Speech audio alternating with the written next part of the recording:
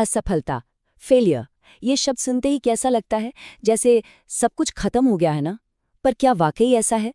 आज हम इसी सोच को, इसी भावना को जरा गहराई से समझेंगे और जानेंगे कि जिसे हम अंत मान लेते हैं वो असल में एक नई शुरुआत कैसे हो सकती है। एक सवाल, क्या कोई एक रिजल्ट, चाहे वो एग्जाम का हो या जिंदगी के किसी इम्तिहान का, हमारी पूरी कहानी लिख सकता है?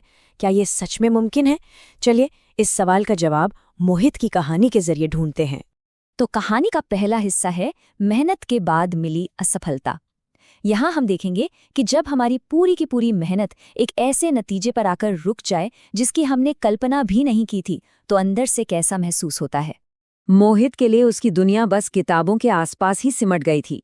सुबह जल्दी उठने से लेकर देर रात तक जागने तक उसने बस एक ही सपना देखा था, सफलता का। अपनी तैयारी में उसने वाकई कोई कसर नहीं छोड़ी थी।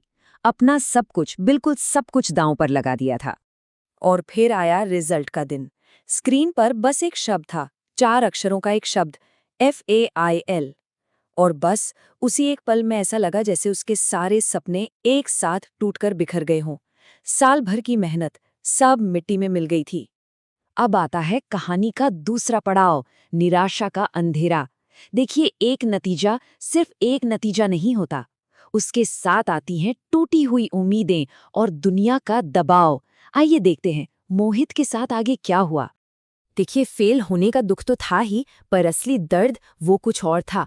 वो दर्द था पड़ोसियों के सवालों का, रिश्तेदारों की तुलनाओं का और दोस्तों की वो चुभती हुई नजरों का। लेकिन इन सब में सबसे ज्यादा तकलीफ इस बात की थी कि उसने अपने माता पिता को निराश कर दिया था। तो इस सब दबाव से बचने के लिए मोहित ने क्या किया? उसने खुद को एक कमरे में बंद कर लिया। फोन बंद, दरवाजा बंद, दुनिया से जैसे अपना कनेक्शन ही काट लिया। ये उसका तरीका था उस शर्म और निराशा से भागने का। और अब कहानी का तीसरा पड़ाव, ज्ञान की एक किरण।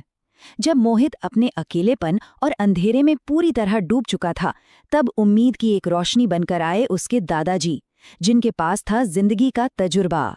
उस शाम उसके दादाजी चुपचाप उसके कमरे में आए और बस उसके पास बैठ गए। थोड़ी देर की खामोशी के बाद उन्होंने एक बहुत ही साधारण सा सवाल पूछा, एक ऐसा सवाल जो मोहित की सोच को हमेशा के लिए बदलने वाला था। उन्होंने पूछा, बेटा, तुम्हें पता है फेल का असली मतलब क्या होता है? दादाजी बस मुस्कुराए और बोले, फेल का मतलब अंत नहीं है।